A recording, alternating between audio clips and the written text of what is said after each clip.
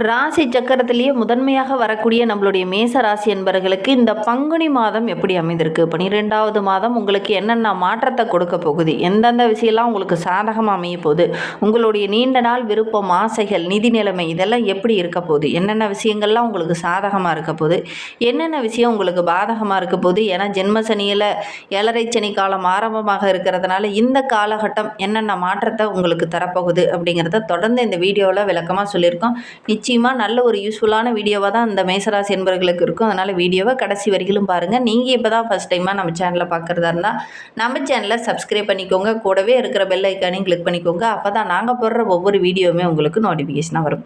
நீங்கள் மேசராசி என்பராக இருந்தால் மறக்காமல் நம்மளுடைய சேனலுக்கு ஒரு லைக் கொடுத்துக்கோங்க. உங்களுடைய உறவுகள் வகையில் யாராவது மேசராசி என்பர்கள் இருக்காங்க அப்படின்னா மறக்காமல் இந்த வீடியோவை அவங்களுக்கும் ஷேர் பண்ணிவிடுங்க. மேசராசி அப்படின்னாவே இந்த தைரியம், கம்பீரம், நீதி நேர்மையை கரெக்டாக மெயின்டைன் பண்ணக்கூடியவங்க, பிடிவாத குணம், அதே மாதிரி ஒவ்வொரு விஷயத்துலையுமே தைரியமாக இருப்பாங்க.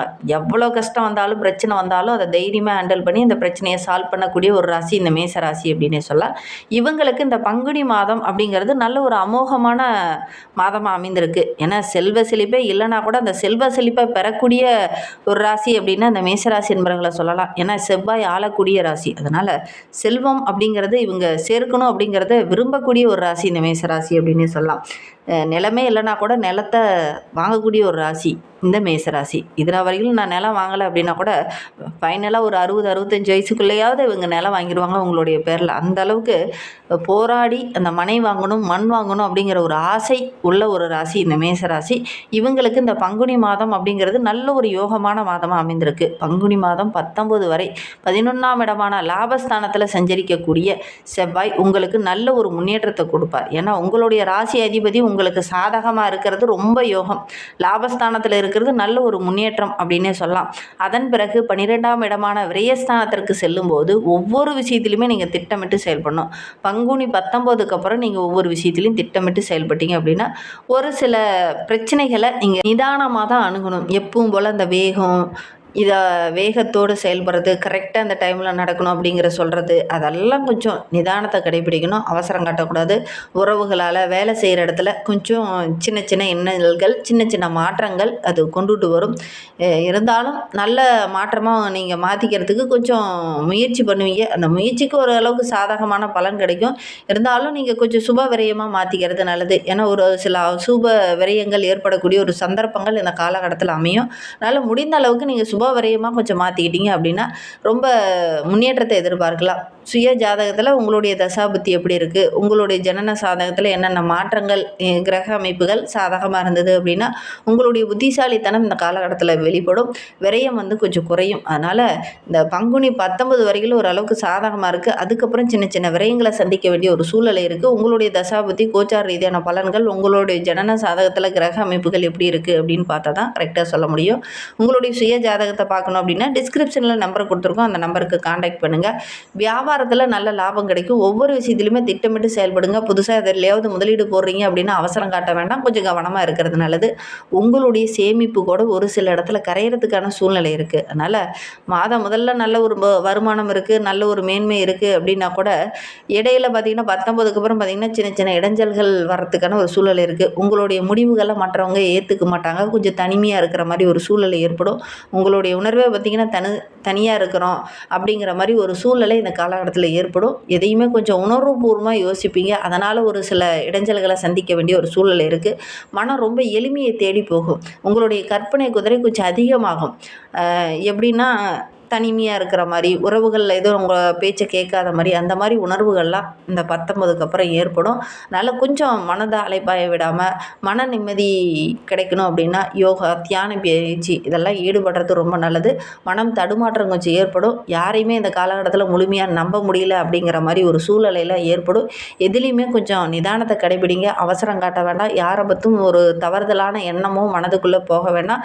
இந்த காலகட்டத்தில் நிதானமாக ஒவ்வொரு விஷயத்தையும் அலசி ஆராய ஆராய்ந்து நீங்கள் எடுக்கிற முடிவுகள் உங்களுக்கு வெற்றியாக அமையும். ஒரு சிலருக்கு இந்த காலகட்டத்தில் கடுமையான ஒரு மன போராட்டம் ஏற்படும், மன சோர்வு ஏற்படும். திட்டமிட்டு செயல்பட்டால் கூட அது கடைசி நேரத்தில் ஒரு சில இடத்துல சின்ன சின்ன பிரச்சனையாக முடியக்கூடிய ஒரு சூழ்நிலை இருக்குது. அதனால் முடிந்த அளவுக்கு இந்த காலகட்டத்தில் ரொம்ப நிதானமாக இருங்க. கடந்த காலத்தில் நீங்கள் ஒரு சில சம்பவங்களை சந்திச்சிருப்பீங்க. அதெல்லாம் இந்த காலகட்டத்தில் மனதுக்குள்ளே ஓடும்.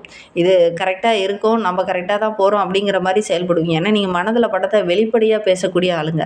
ஆனால் கடந்த காலத்தில் நீங்கள் ஒரு சில சம்பவங்களை சந்திச்சிட்டீங்க இல்லையா, அது இந்த காலகட்டத்தில் கொஞ்சம் எதிர்மறையாக செயல்படுற மாதிரி உங்களுக்கு தோணும். நேர்மறை எண்ணங்கள் கொஞ்சம் குறைந்து எதிர்மறையாக செயல்படுற மாதிரி ஒரு சூழ்நிலை இந்த காலகட்டத்தில் ஏற்படும். அதனால் மனதுக்குள்ளே கொஞ்சம் குழப்பங்கள் அதிகமாக இருக்கிறதுனால ஒரு சிலருக்கு தூக்கமின்மை போன்ற பிரச்சனைகள், வெளியில் பயணம் போகும்போது ஒரு அசௌகரியமான ஒரு சூழ்நிலை, இதெல்லாம் ஏற்படக்கூடிய சூழ்நிலை இருக்குது. ஒவ்வொரு விஷயத்திலையுமே இந்த மேசராசி என்பவர்கள் ரொம்ப கவனமாக இருக்கணும். அவசரம் காட்டக்கூடாது. ஒவ்வொரு விஷயத்திலையுமே கொஞ்சம் பொறுமையாக நிதானமாக இருக்கணும். யாராவது ஜாமீன் போடுங்க, எனக்கு நிதி கொஞ்சம் வேணும், நீங்கள் ஜாமீன் போடுறீங்களா அப்படின்லாம் ஒரு சிலர்லாம் கேட்பாங்க. நீங்கள் போய் அதை போட்டு வந்தீங்கன்னா அவங்க கட்டாமல் உங்ககிட்ட பணம் கட்டுற மாதிரி ஒரு சூழ்நிலையில் ஏற்படும். கொஞ்சம் கவனமாக இருங்க. அதே மாதிரி கண், கை, கால், மூட்டு இந்த மாதிரி ஏதாவது விஷயங்களில் சின்ன சின்ன பிரச்சனைகள் வரதுக்கான ஒரு சூழ்நிலை இருக்குது. ஒரு சிலருக்கு இதுக்கு சிகிச்சை எடுத்துக்கொள்ளக்கூடிய ஒரு சூழ்நிலையும் இருக்குது. வரவுக்கு மீறி கொஞ்சம் செலவு செய்ய வேண்டிய ஒரு சூழ்நிலை இருக்குது. ஒவ்வொரு விஷயத்தையுமே கொஞ்சம் திட்டமிட்டு செயல்படக்கூடிய காலமாக தான் வருகின்ற நாட்கள் இருக்குது அப்படின்னு சொல்லலாம். முதல் பாகங்களில் இருக்கிறவங்களுக்கு இந்த சனி பகவான் பெருசாக பாதிப்பு அவ்வளோ தரமாட்டார். ஏன்னா குழந்தைங்களாக இருப்பாங்க, அவங்களுக்கு இன்னும் அவ்வளோ சந்திப்பு இருக்காது. படிப்பில் மட்டும் கொஞ்சம் கவனச்சிதறல்கள் ஏற்படும். 2ஆம் கட்டத்தில் இருக்கிறவங்களுக்கு 30 வயதுக்கு மேலே இருக்கிறவங்களுக்கு கொஞ்சம் கவனமாக இருக்கணும். உங்களுடைய சுய கௌரவத்திலே கூட ஒரு கெட்ட பேர் வர்றதுக்கான சூழ்நிலை சாத்தியக்கூறலாம் இருக்குது. தேவையற்ற வாக்குவாதங்கள் வரும். அக்கம் பக்கத்தில் இருக்கிறவங்களால கூட சின்ன சின்ன வாக்குவாதங்கள் வரும்.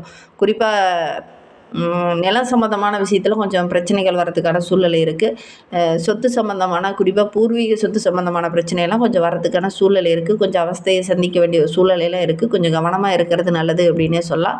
உரிய விவசாயம் செய்கிறவங்களுக்கு கூட உங்களை விலைக்கேற்ற பொருளுக்கேற்ற விலை உரிய அங்கீகாரம், உரிய ஆதாயம் எல்லாம் கிடைக்கிறதுக்கான சாத்தியக்கூறு கொஞ்சம் குறைவாக தான் இருக்கும். உரிய ஆதாயம் கிடைக்காதனால கொஞ்சம் போராட வேண்டிய ஒரு சூழ்நிலை இந்த காலகட்டத்தில் இந்த மேசராசி என்பவர்களுக்கு ஏற்படும் அப்படின்னே சொல்லலாம். அரசியல் மூலியமாக கூட ஒரு சில உதவிகள் கிடைக்கும் அப்படின்னு நீங்கள் எதிர்பார்த்துருப்பீங்க. அது கரெக்டான டைமில் கிடைக்காம கொஞ்சம் காலதாமதமாக கிடைக்கும். அதனால் ஒரு சில பிரச்சனைகள் வரதுக்கான சூழ்நிலை இருக்குது. ஒவ்வொரு விஷயத்துலையுமே கொஞ்சம் மெத்தனை போகுதான் இந்த காலகட்டத்தில் இருக்கும். நீங்கள் அவசரம் காட்டுவீங்க, சுறுசுறுப்பாக இருப்பீங்க. ஆனால் மெத்தனமாக எல்லாம் நடக்கும். கரெக்டாக டைமில் நடக்காது. கொஞ்சம் லேட்டாக தான் நடக்கும். அது உங்களுக்கு டென்ஷன் ஏற்படுத்தும். ஒரு சில இடத்துல கோபத்தை தூண்டும். அதனால் ஒரு சிலருக்கு சோம்பல், மறதி இந்த மாதிரி பிரச்சனைகள் வர்றதுக்கான ஒரு சாத்தியக்கூறு இருக்குது. சொந்த வீடு இல்லாமல் இருக்கிறவங்க அதை கட்டினீங்க அப்படின்னா ஓரளவுக்கு இந்த விரைய செலவு அதில் கொஞ்சம் மாறும். சுய ஜாதகத்தை கரெக்டாக பார்த்துட்டு நீங்கள் இதற்கான முயற்சியில் ஈடுபடுறது ரொம்ப நல்லது இந்த மேசராசி என்பவர்களுக்கு அப்படின்னு சொல்லலாம். ஜனன ஜாதகத்தில் உங்களுடைய தசாபதி சாதகமாக இருந்தது அப்படின்னா பெருசாக பாதிப்பு எதுவும் ஏற்படாது. சென்டிமெண்ட்டில் ஒரு சிலர்லாம் மாட்டிக்கொள்ளக்கூடிய ஒரு சூழ்நிலை இருக்குது. ஜனன காலத்தில் ஜாதக ரீதியாக பல்வேறு தோஷங்கள் இருக்குது, திருமணத்தில் சின்ன தடை இருக்குது அப்படின்லாம் சொல்லியிருப்பாங்க.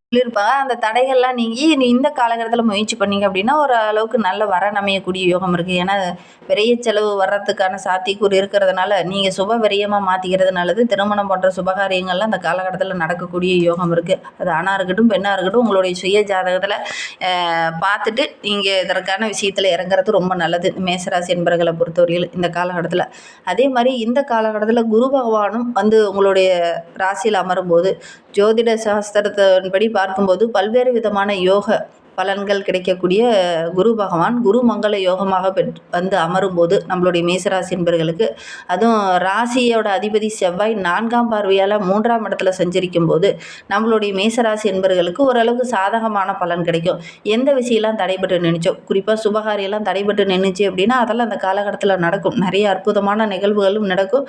நல்ல ஒரு புகழ், அந்தஸ்து, நல்ல ஒரு கௌரவமான ஒரு சூழ்நிலை அதெல்லாம் தென்படும். நம்பிக்கை, நாணயம் இதெல்லாம் கொஞ்சம் உயரும். நல்ல குடும்பம் அமையும். திருமண வயதில் இருக்கிறவங்க கூட வரன் தேடிங்க அப்படின்னா நல்ல ஒரு குடும்பமாக அமையறதுக்கான சூழ்நிலை இருக்குது. வெளியில் நண்பர்கள் அப்படிங்கிறது நல்ல ஒரு ஆன்மீக நண்பராக அமையறதுக்கான ஒரு சூழ்நிலை இந்த காலகட்டத்தில் அமையும். ஒரு சிலருக்கு அரசிடமிருந்து கூட ஒரு சில உதவிகள் கிடைக்கும். வீட்டு மனை வாங்குவீங்க. ஒரு சிலர்லாம் அரசாங்கம் மூலிமா ரொம்ப நாளாக ஒரு சில வீடுக்காக ஒரு சிலர்லாம் போராடிட்டு இருந்திருப்பீங்க. அதற்கான உதவிகள்லாம் இந்த காலகட்டத்தில் கிடைக்கக்கூடிய யோகம் இருக்குது. அரசு சார்ந்த துறையில் இருக்கிறவங்களுக்கு நல்ல ஒரு ஆதாயம் கிடைக்கக்கூடிய ஒரு யோகமான கிரக அமைப்பு தான் இருக்கும். ஏன்னா குரு மங்கள யோகம் ஏற்பட்டதுக்கு அப்புறம் பார்த்திங்கன்னா நல்ல ஒரு மேன்மையை நம்மளுடைய மேசராசி என்பர்கள் எதிர்பார்க்கலாம் அப்படின்னு சொல்லலாம். வெளியூரில் இருக்கிறவங்களுக்கு நம்ம அயல்நாட்டு குடியுரிமையெல்லாம் பெறத்துக்கான விருப்பங்கள்லாம் நிறைவேறத்துக்கான சூழல் இருக்குது. நிலுவையில் உள்ள அந்த வாடகையெல்லாம் இந்த காலகட்டத்தில் வசூலாகும். ஆரோக்கிய ரீதியாக சின்ன சின்ன தொந்தரவுகள் இருந்தது இல்லையா, அதெல்லாம் சரியாகும். சமூக ஆர்வலராக இருக்கக்கூடிய மேசராசி என்பர்களுக்கு நல்ல ஒரு கௌரவம், பதவி, அந்தஸ்து இதெல்லாம் தேடி வரும். முதியவர்களுக்கு அந்த தேவையான நிதி உதவியெல்லாம் கிடைக்கக்கூடிய யோகம் இருக்குது. விவசாய நிலம் வச்சுட்டு இருக்கிறவங்களுக்கு புதிய ஒப்பந்ததாரர்கள் கிடைப்பாங்க. குத்தகைகள்லாம் கிடைக்கக்கூடிய யோகம் இருக்குது. சரி, மாத துவக்கத்தில் தனஸ்தானாதிபதி சுக்கிரன் விரயஸ்தானத்தில் நிற்கும்போது பொருளாதாரத்தில் கொஞ்சம் மந்த நிலை இருக்கும். விரயஸ்தானம் பலம் பெற்று அமரும் போது பண மோசடி இந்த மாதிரி விஷயங்கள் கொஞ்சம் நடக்கும். சனியோடைய பார்வை இருக்கிறதுனால பண வரவில் சின்ன சின்ன இடைஞ்சல்கள் இருக்கும். இருந்தாலும் கொடுக்கல் வாங்கல் விஷயத்தில் கொஞ்சம் கவனமாக இருந்தீங்க அப்படின்னா இந்த பங்குனி மாதம் அப்படிங்கிறது உங்களுக்கு சிறப்பான மாதமாக அமைந்திருக்கு. குலதெய்வ வழிபாடு நல்ல ஒரு மாற்றத்தை கொடுக்கும். நம்பிக்கையோடு அதை செய்யுங்க.